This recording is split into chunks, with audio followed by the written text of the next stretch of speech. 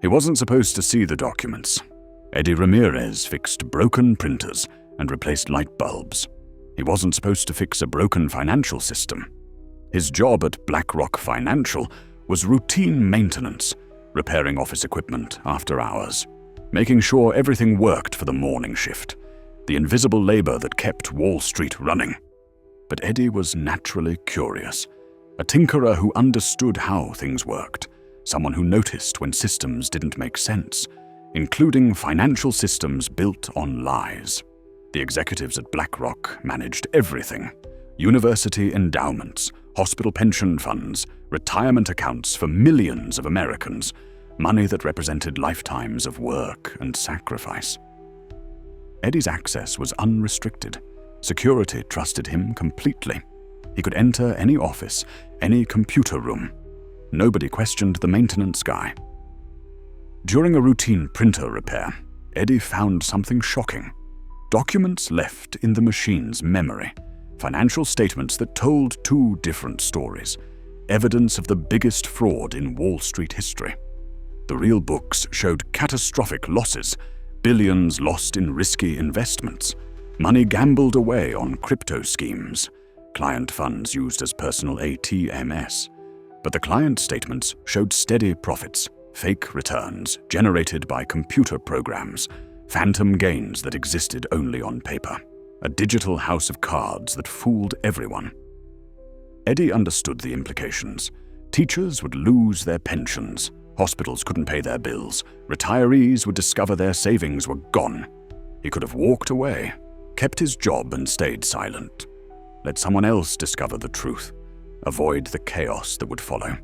Instead, Eddie chose justice, collected evidence over several months, built an airtight case for prosecutors, risked everything to protect strangers. The FBI investigation was swift and thorough.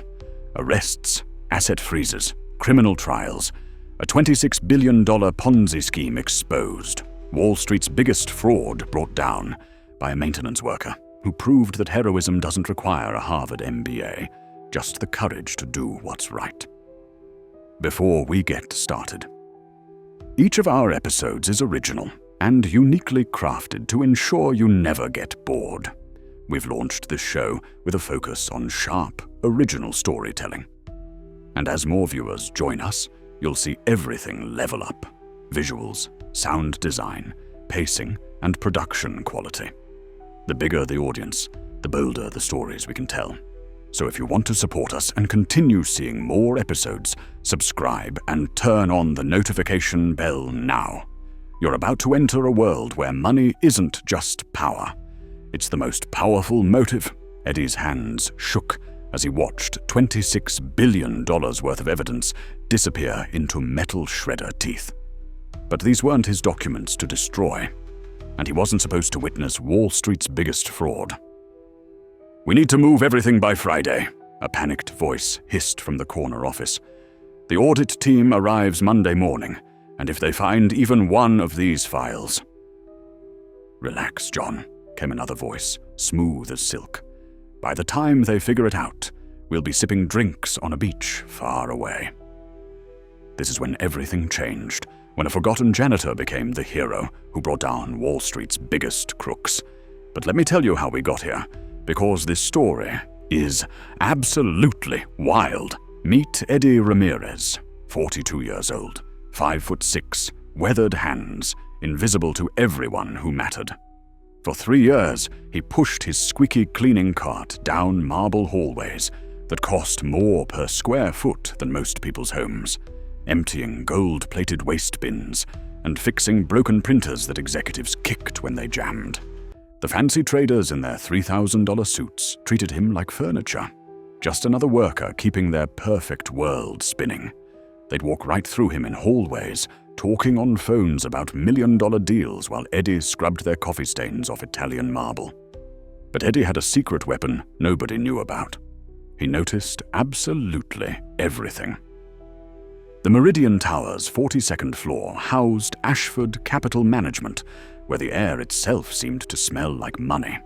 Marcus Ashford, Wall Street's golden boy with his perfect white teeth and slicked back hair, managed $26 billion for the world's richest people, university endowment funds that paid for thousands of scholarships, hospital money that kept emergency rooms open, retirement savings for millions of teachers, firefighters, and nurses who trusted these Wall Street wizards with their futures. Eddie's security badge, a simple plastic card on a retractable cord, opened every door in the building.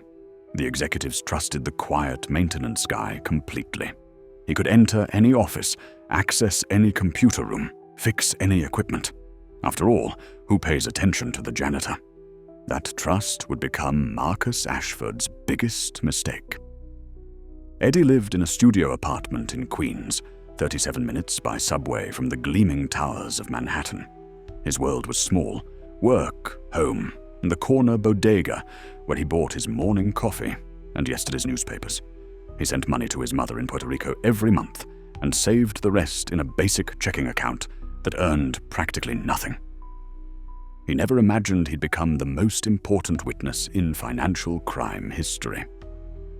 Thursday night, March 15th, 2018.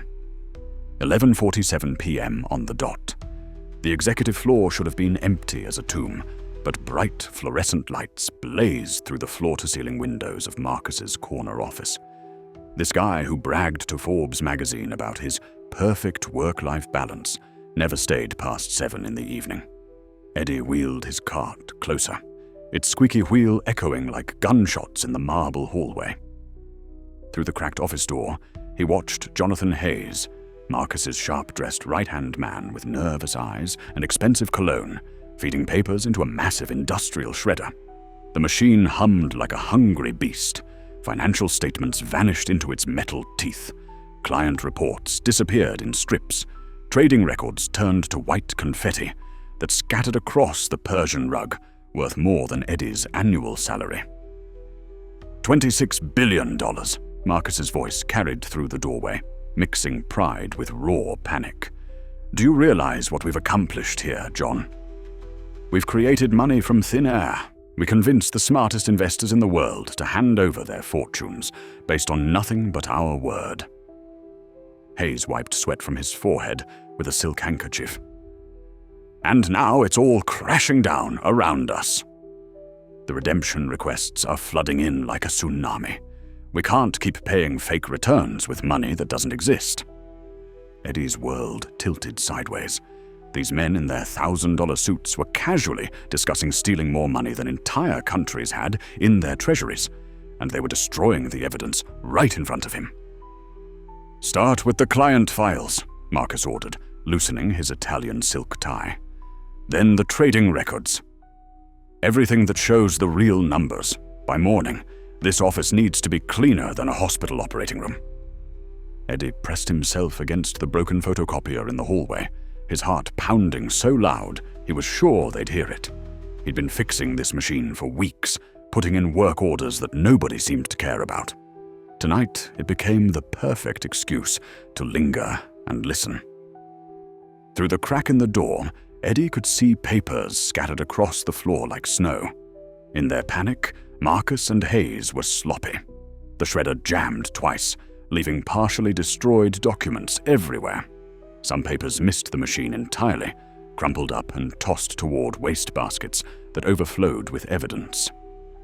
This was Eddie's moment of truth. He could pretend he never saw anything, finish his shift, and go home to his quiet life. Or he could do something that would change everything forever. Eddie's mentor wasn't a person. It was pure determination, mixed with the greatest teacher in history, the internet. Growing up poor in the Bronx had taught him when things didn't add up, when adults were lying, when systems were rigged against regular people. That weekend, Eddie transformed his tiny apartment into a crime lab. He spread the collected papers across his kitchen table, which suddenly seemed impossibly small. Every scrap from Ashford's office, shredded documents, crumpled memos, even scraps from recycling bins.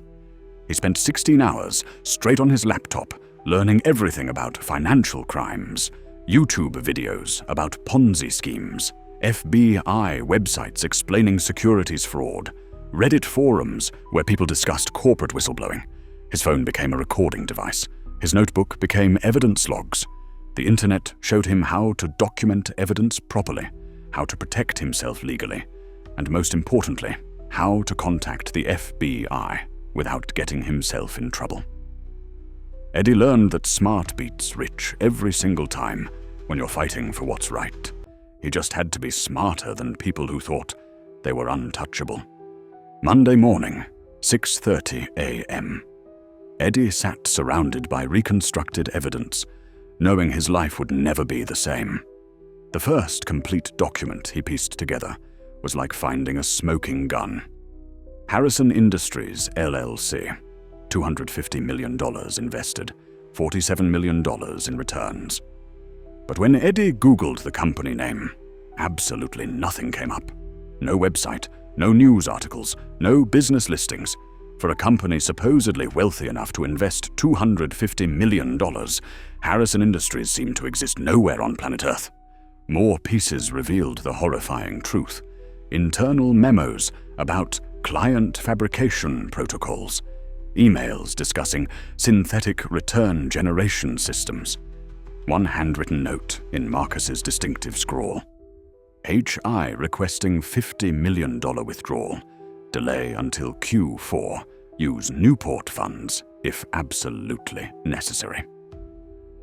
Harrison Industries wasn't just a client. It was a completely fake company, created to justify moving real money between accounts while generating fake profits on paper. But the most damning evidence was a handwritten ledger, torn into dozens of pieces like a jigsaw puzzle from hell. Eddie spent 6 hours taping it back together with transparent tape, his eyes burning from strain. The numbers told a story that would make your head spin. While official company books claimed $26 billion in assets under management, this secret ledger revealed the truth. Real assets totaled less than $3 billion. The rest was pure fiction, numbers in computers that existed only to justify massive management fees. This wasn't just theft. It was the largest, most sophisticated financial fraud in American history.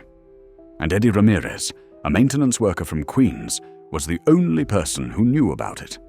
For 2 weeks, Eddie became a secret agent operating in plain sight. Using his unlimited building access, he conducted surveillance that would have impressed professional investigators. He placed tiny wireless cameras, bought with his own money from electronics stores, in strategic locations, behind fake plants in conference rooms, inside air vents near executive offices. The cameras were so small they looked like pen caps, recording everything to micro SD cards Eddie collected during his normal cleaning rounds. Eddie recorded conversations using a phone app that could capture audio through walls. He photographed documents left on desks after hours. When employees forgot to lock their computers, Eddie quickly copied files to USB drives hidden in his cleaning supplies. But his investigation attracted dangerous attention. Marcus began acting paranoid, asking security questions about who had access to certain areas. Locks were changed, cameras were installed in hallways. The friendly atmosphere turned suspicious and cold. Eddie realized he was walking on a tightrope over a pit of hungry lawyers and powerful enemies who'd crush him without a second thought. His ally emerged from an unexpected place. FBI agent Maria Santos, a tough financial crimes specialist with steel gray hair and eyes that had seen every type of corporate lie. When Eddie finally worked up the courage to call the FBI tip line, Santos was the agent who answered. "This evidence is absolutely incredible," she told him during their first secret meeting at a diner in Queens, flipping through Eddie's photographs. "But you need to understand something. These people are desperate now.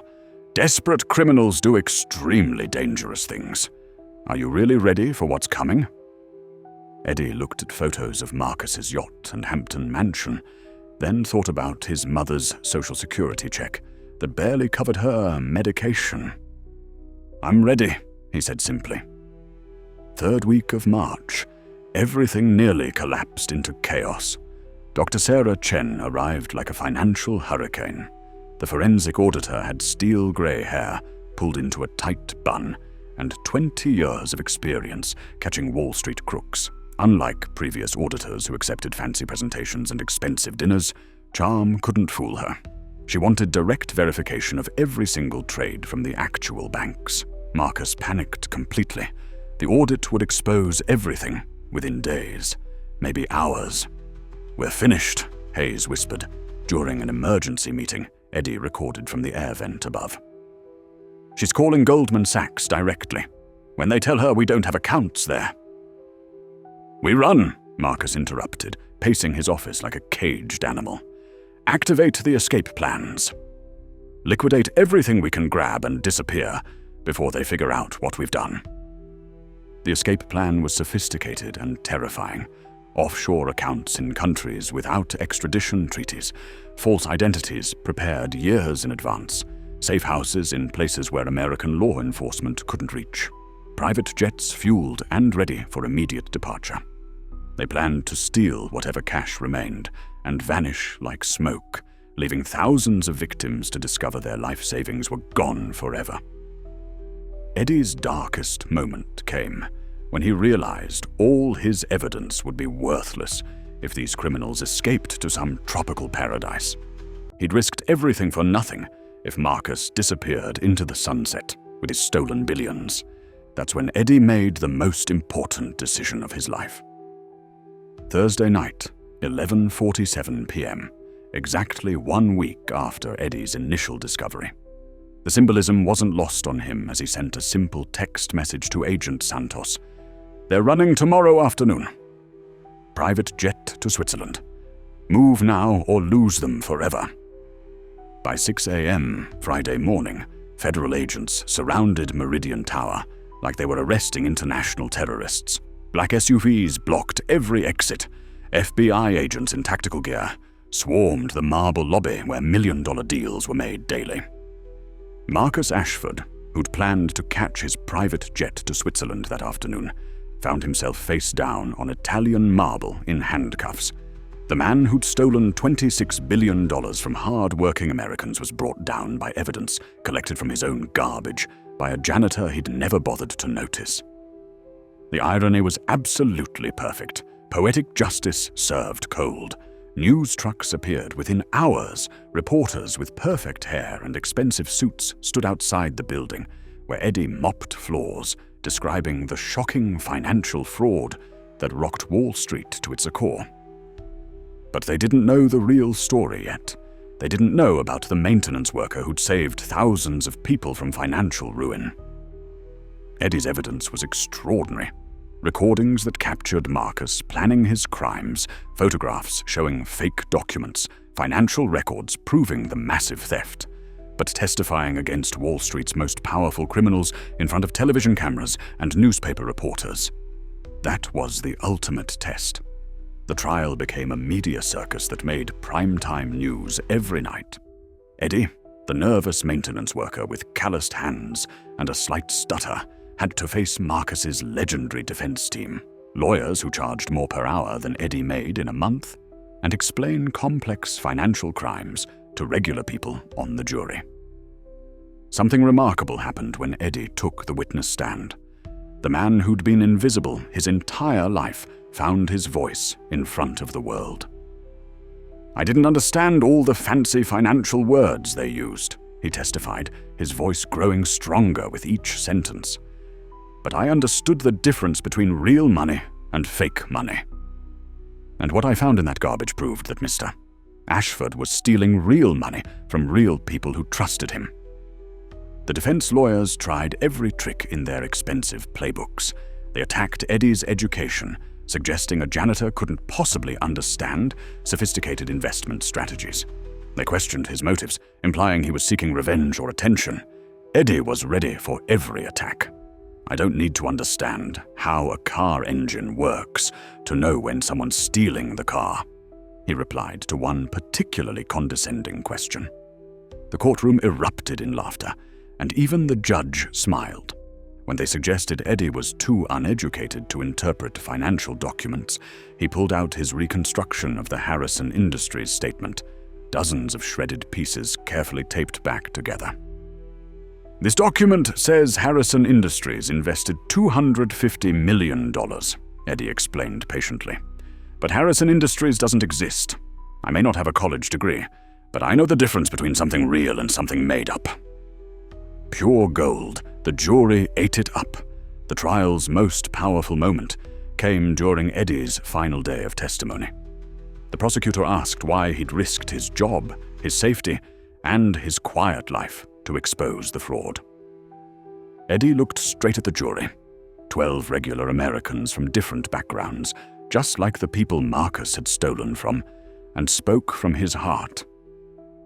"I've been invisible my whole life. People like Mr. Ashford look right through me like I don't exist. They see the uniform, not the person wearing it, but I see everything. I see how hard working people struggle to save money for their kids' college and their own retirement. And I see how people like him steal it to buy yachts and mansions." He paused, gathering strength. Someone had to speak up for the people who can't speak for themselves. The teachers who will lose their pensions, the hospital workers who trusted their retirement funds to these people, the regular Americans who believed the lies and lost everything. The courtroom fell completely silent. Several jurors wiped away tears. Even some reporters stopped taking notes. If I didn't speak up, who would? Another rich guy protecting rich guys. I may just be a janitor, but I know right from wrong. And this was wrong. The jury deliberated for less than 4 hours, basically just long enough to elect a foreman and take a lunch break. Guilty on all 47 counts, Marcus Ashford received 45 years in federal prison and was ordered to pay $18 billion in restitution. Hayes and the other conspirators got sentences ranging from 15 to 30 years each. Game over. Justice served. Now let's talk about Marcus Ashford, because understanding the villain makes the hero's victory even sweeter. Marcus wasn't born with a silver spoon. He forged his own from stolen metal. A Newark kid with a single mom working double shifts at a diner, Marcus learned early that charm could open doors that credentials couldn't. His mother worked herself to exhaustion so he could have better opportunities, never imagining her son would become one of history's biggest financial criminals. By age 12, Marcus was already running sophisticated schemes at school. He sold homework answers to lazy rich kids. He organized betting pools on test scores and sporting events. He convinced classmates to pay him for investment advice about Pokemon cards and baseball cards, promising guaranteed profits that never materialized. When teachers caught him, Marcus would flash his winning smile and somehow convince them he was just being entrepreneurial. Even then, he had a gift for making people believe his lies. Smart, absolutely brilliant, evil without question. Marcus clawed his way through community college on scholarships, then transferred to State University, where he studied business and psychology, a combination that would serve him well in his criminal career. But his real education came from obsessively watching financial news channels, studying how successful traders talked, moved, and presented themselves. He spent hours practicing in mirrors, perfecting the confident smile, the firm handshake, the way truly wealthy people carried themselves. He studied their vocabulary, their mannerisms, their expensive suits and watches. By graduation, Marcus could walk into any Wall Street firm and convince people he belonged there. After landing a job at a mid-tier investment firm, Marcus became their top performer within 2 years. When he talked about investment opportunities, his voice carried such conviction that even experienced investors found themselves nodding along and reaching for their checkbooks. In 2008, while Wall Street crashed and burned around him, Marcus saw opportunity in the chaos. He'd saved every commission penny to start Ashford Capital Management, timing the launch perfectly when desperate investors wanted someone, anyone, who could protect their money from market madness. Marcus's sales pitch was absolutely brilliant. While everyone else gambles with your money like drunken sailors, I use proprietary computer algorithms to generate steady returns regardless of market conditions. He promised 15 to 20% annual returns, attractive enough to get attention, but not so outrageous that it raised immediate red flags. By 2012, Marcus had attracted over $2 billion in client investments. He bought a $15 million penthouse apartment with floor-to-ceiling windows overlooking Central Park. He purchased a Hampton mansion with its own private beach and helicopter landing pad. He owned a 200-foot yacht he named Probability, complete with a full crew and wine cellar. But markets moved against his trades. Losses grew massive, then catastrophic. Marcus faced a choice: admit failure and lose everything, or find another way to keep the dream alive. That's when Marcus made the decision that would define him as one of history's greatest financial criminals. Instead of admitting losses, Marcus chose the criminal path, using new client money to pay returns to existing clients. It was supposed to be temporary, just until he could win back the money with smarter trades. But temporary became permanent. Soon Marcus was trapped in a web of his own making, needing constant new investments to pay fake returns to previous investors. He couldn't stop because stopping meant admitting the truth, and the truth would destroy everything. Marcus built an illusion so convincing that brilliant investors never questioned impossible returns. He created fake relationships with major banks, showing clients phony documents that looked like they came from Goldman Sachs and JP Morgan. When smart investors wanted to verify these relationships, Marcus had employees pretend to be bank representatives during phone calls. The monthly statements clients received were masterpiece forgeries with watermarks and security features that fooled financial experts. Marcus hired computer programmers to create software that automatically generated these statements, showing steady profits that existed only in cyberspace. He exploited wealthy people's psychology, making them feel special and exclusive, created artificial scarcity by occasionally closing the fund to new investors, then reopening with grand announcements that made clients feel they were part of something rare and valuable.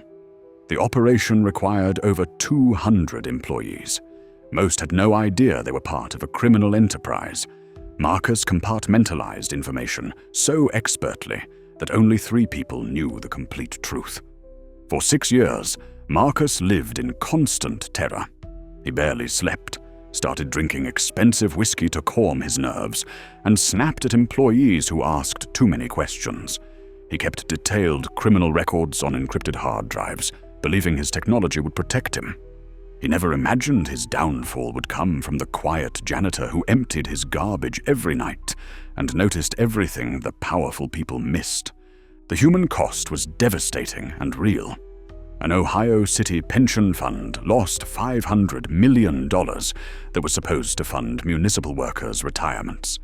A children's medical charity lost its entire $200 million endowment, forcing them to close dozens of clinics worldwide that provided healthcare to the poorest communities. Individual investors lost everything. Wealthy families who thought they were financially secure discovered their entire fortunes had vanished.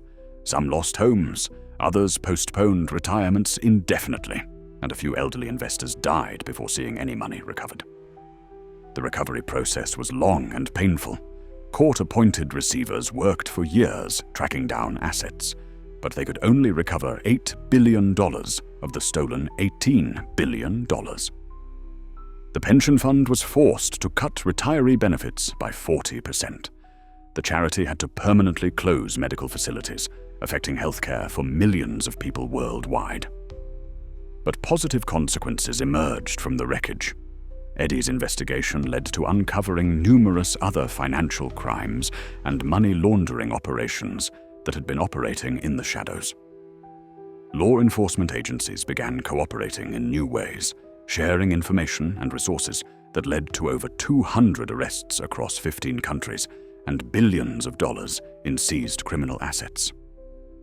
Marcus died in federal prison in 2023, just 5 years into his 45-year sentence. He'd struggled with other inmates who'd lost money in various investment scams and never adapted to the harsh realities of prison life. Guards found him in his cell one morning, apparently from a heart attack brought on by stress and poor health.